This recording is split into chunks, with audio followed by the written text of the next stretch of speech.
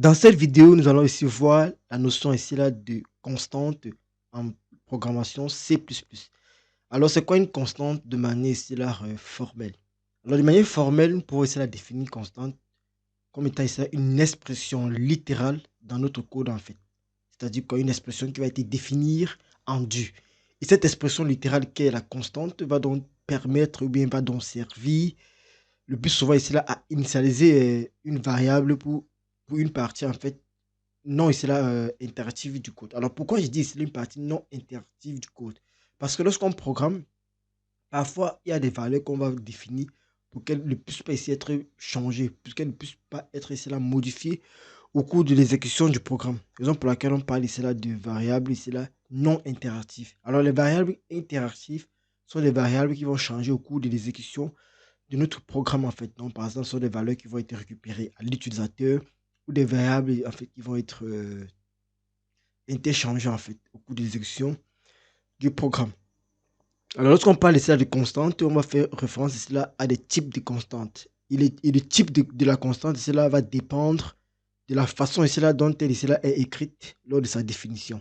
Et on va principalement ici là distinguer quatre grands types en fait de constantes. Et parmi les types de constantes, en fait, les types de constantes aussi sont liés là au type primitif que nous avons vu dans les premières vidéos. Et si vous ne l'avez pas assez là compris, je vous invite à aller redécouvrir un peu les types que nous avons vus dans les précédentes vidéos. Donc, on aura ici là quatre grands types de constantes, comme j'ai dit tantôt.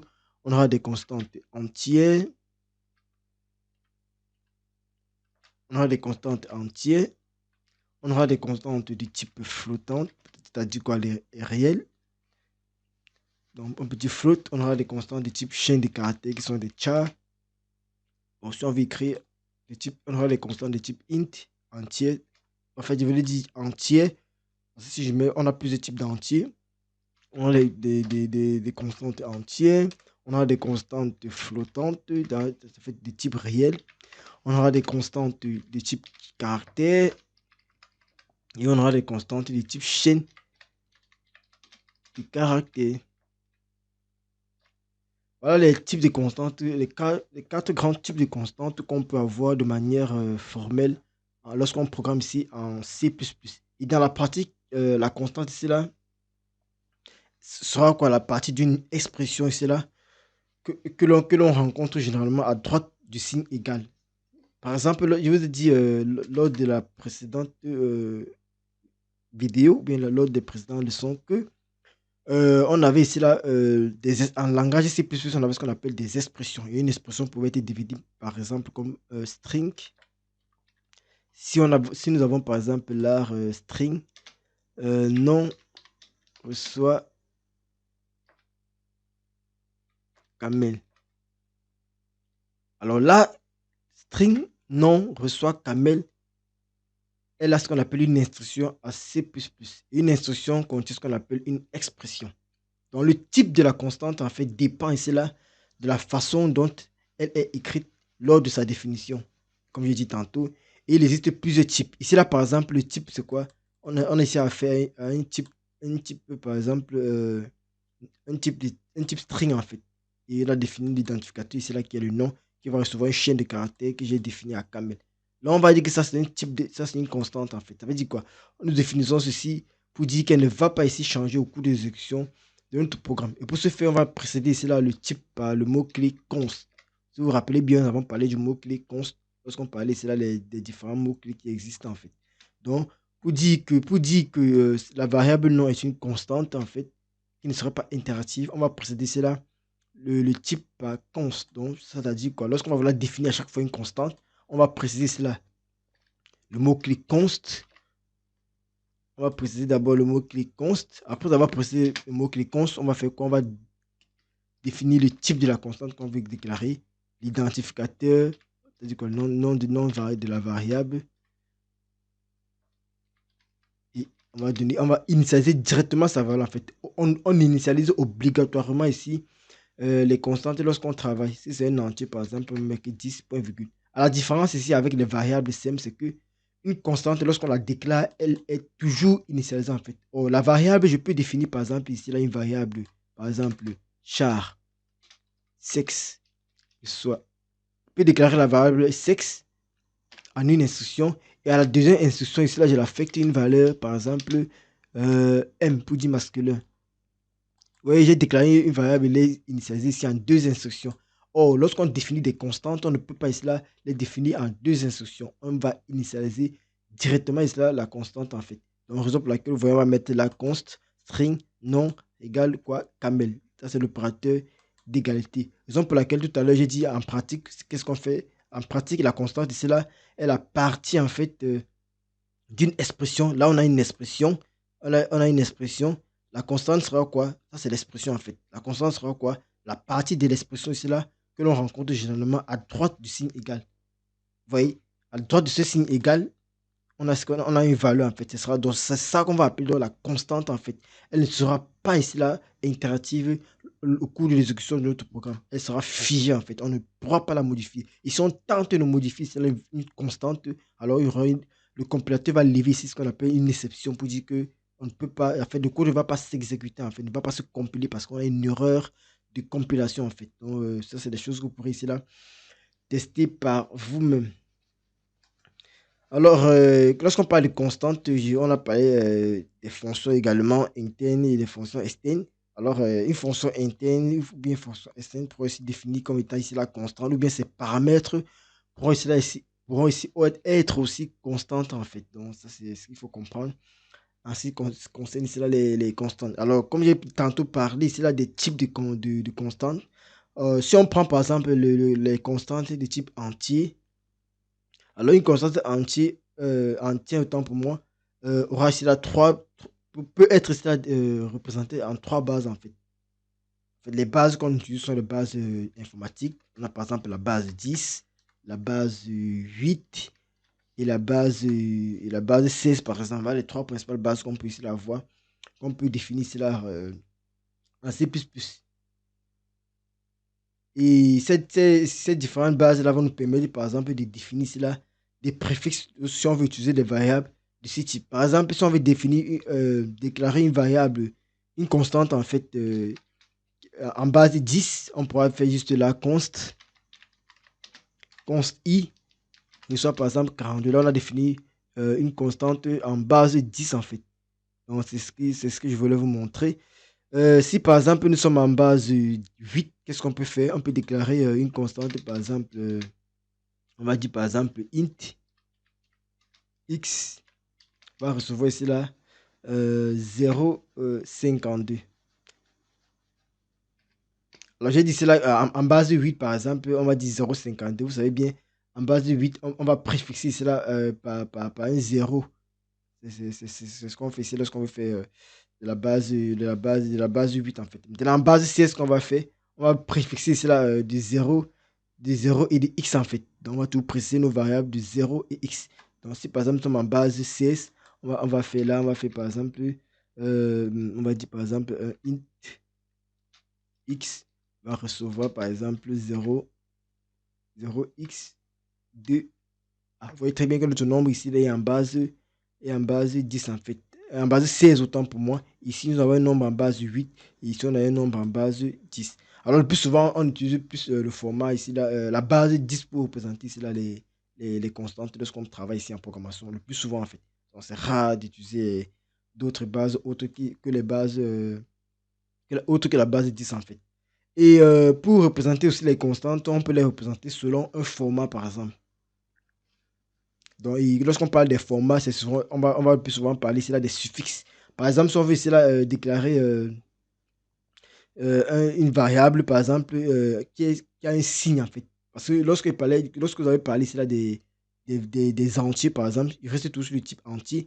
On avait ici dit qu'il y a les entiers signés et non signés. Si vous vous rappelez bien, on avait parlé de unsigned au début lorsqu'on parlait des types en fait. Dans la première vidéo, on avait parlé du type unsigned in. Donc, ça veut dire que si vous veut déclarer une variable non signée, par exemple, il peut dire par exemple que x, par exemple, qui est une variable non signée, peut recevoir par exemple 18, par exemple, U,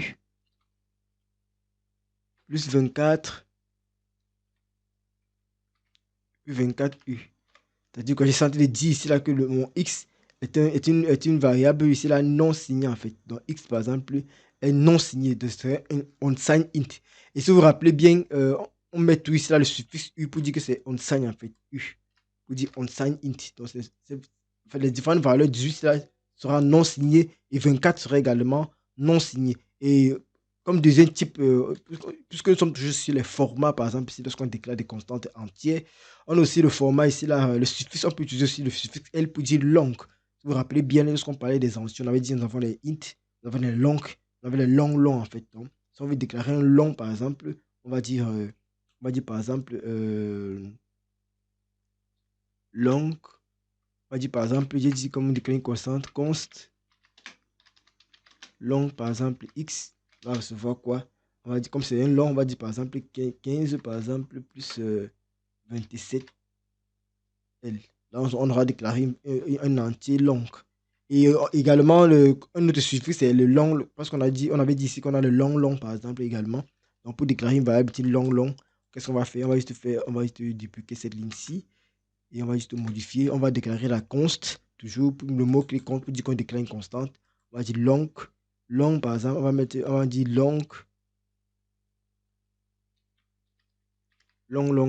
long, par exemple, ici, là.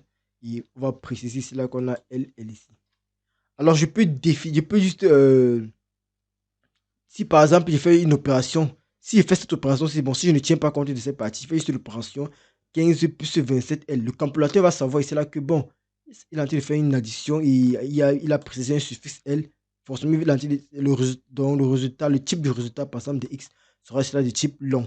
Si je fais également une opération directement, une opération 15 plus 27 LL, alors le compilateur va savoir ici là que LL signifie ici là que nous avons ici là un type long également.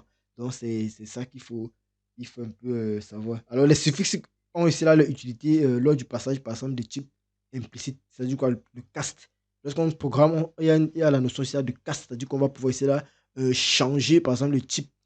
En fait, on va convertir par exemple les données d'un type donné à un autre type. Donc par exemple, j'ai une chaîne de caractères, je vais vouloir faire un cast pour obtenir cela, un entier. Par exemple, on a une chaîne de caractères 1. C'est par exemple une chaîne de caractères que nous avons entrée. On va vouloir cela définir cette chaîne-là comme étant ici là un nombre. On va faire ce qu'on appelle une opération de casting. En fait, on va changer, on va convertir en fait les chaînes de caractères là en entier ou bien en un type numérique en fait.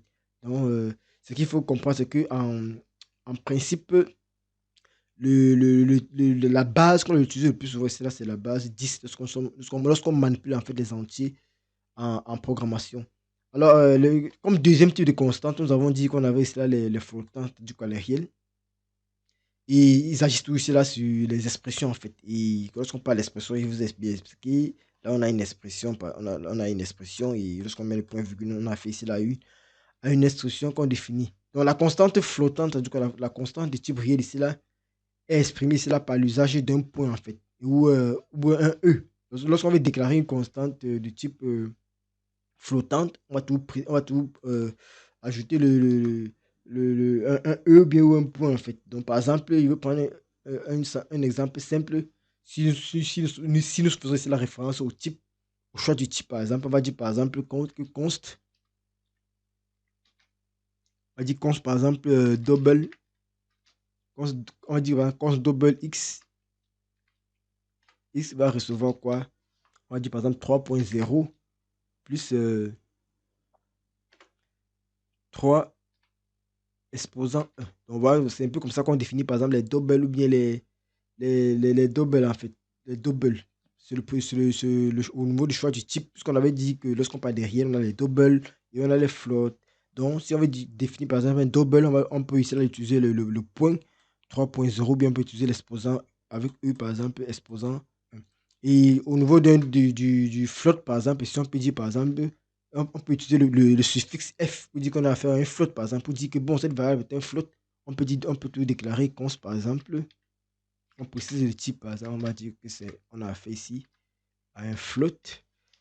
X, par exemple, qui va recevoir quoi? Qui va recevoir, on peut dire par exemple 3F. Donc, on a dit que la variable X ici contient, c'est là un float qui est 3 en fait. Donc, il sait d'office lorsqu'il y a un F derrière et qu'on a déclaré qu'il est un float, que c'est un float en fait. Donc, on peut dire par exemple, et on peut également mettre 3 Je veux dire quoi? On peut dire 3F aussi en majuscule, ça marche également. Donc, c'est un peu ça. Donc, vous allez voir l'utilité des constantes, c'est qu'on va définir, par exemple, si nous sommes en mathématiques, on va définir, par exemple, un type, par exemple, long, double. Et vous avez dit qu'on pouvait cela combiner ici, là, les types. Si vous vous rappelez bien, par exemple, lorsqu'il fait un double, long double, PI, si vous vous rappelez bien, pi, c'est une valeur qu'on utilise le plus souvent ici là en informatique. Alors, ce qu'il faut comprendre, c'est qu'on peut aussi initialiser une variable en mettant juste ici là les accolades ouvrantes et fermantes. Je peux mettre 3,14, 3,14, 1, c'est 59, oui, 59 et L. Pour dire qu'on a fait ici la constante pi. Si vous vous rappelez bien, pi est une constante en mathématiques qui est connue, qui est toujours 3,14. Là, maintenant, on précise là que cette constante-là est de type long double, en fait. Vous voyez, ça, c'est une autre méthode pour initialiser les variables. Ça, c'est une méthode qui vient avec le C++ moderne, à partir de la version 11. Donc, on peut initialiser une variable directement avec les accolades. Donc, lorsqu'il déclare la variable, il peut l'initialiser directement en utilisant ici là l'accolade ouvrante ou bien l'accolade fermante. Alors, en pratique, qu'est-ce qu'on va noter ici là? On va rencontrer très souvent ici là le type float en calcul. C'est l'apport ici là de la double précision du format double et inutile.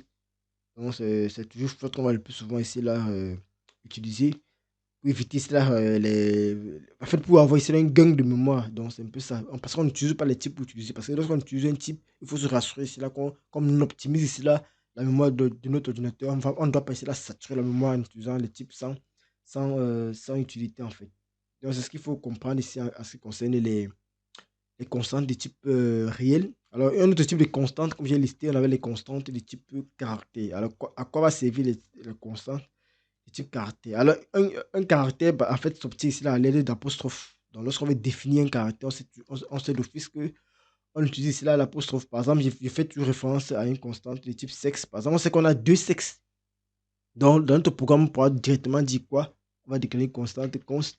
Par exemple, lorsque je vais travailler ici, le programme, c'est uniquement pour moi. Je dis par exemple que const, on va dire char, sexe, et ça, on a dit que c'est les apostrophes. Par exemple, M. On a déclaré une constante de type caractère en fait. Donc, qui prend la valeur ici là, la valeur M en fait. Donc, c'est ce qu'il faut comprendre. Et on a aussi les constantes de type chaîne de caractères. Donc, c'est tout la même chose qu'on fait. On va juste préciser toujours le mot-clé const. La chaîne de caractères, qu'est-ce qu'est la chaîne de caractères? Par exemple, ça peut être le nom, par exemple, du logiciel. Nom du logiciel. Il ne va pas changer au cours de l'exécution de notre programme. Donc, on va mettre le nom du logiciel. On va mettre, par exemple, la gestion des stocks. Gestion des stocks, par exemple. Donc, c'est ça qu'on va servir ici, là, une constante de type string. Donc, on va préciser le type qu'on dit tantôt, désolé. Donc, on précise toujours le type.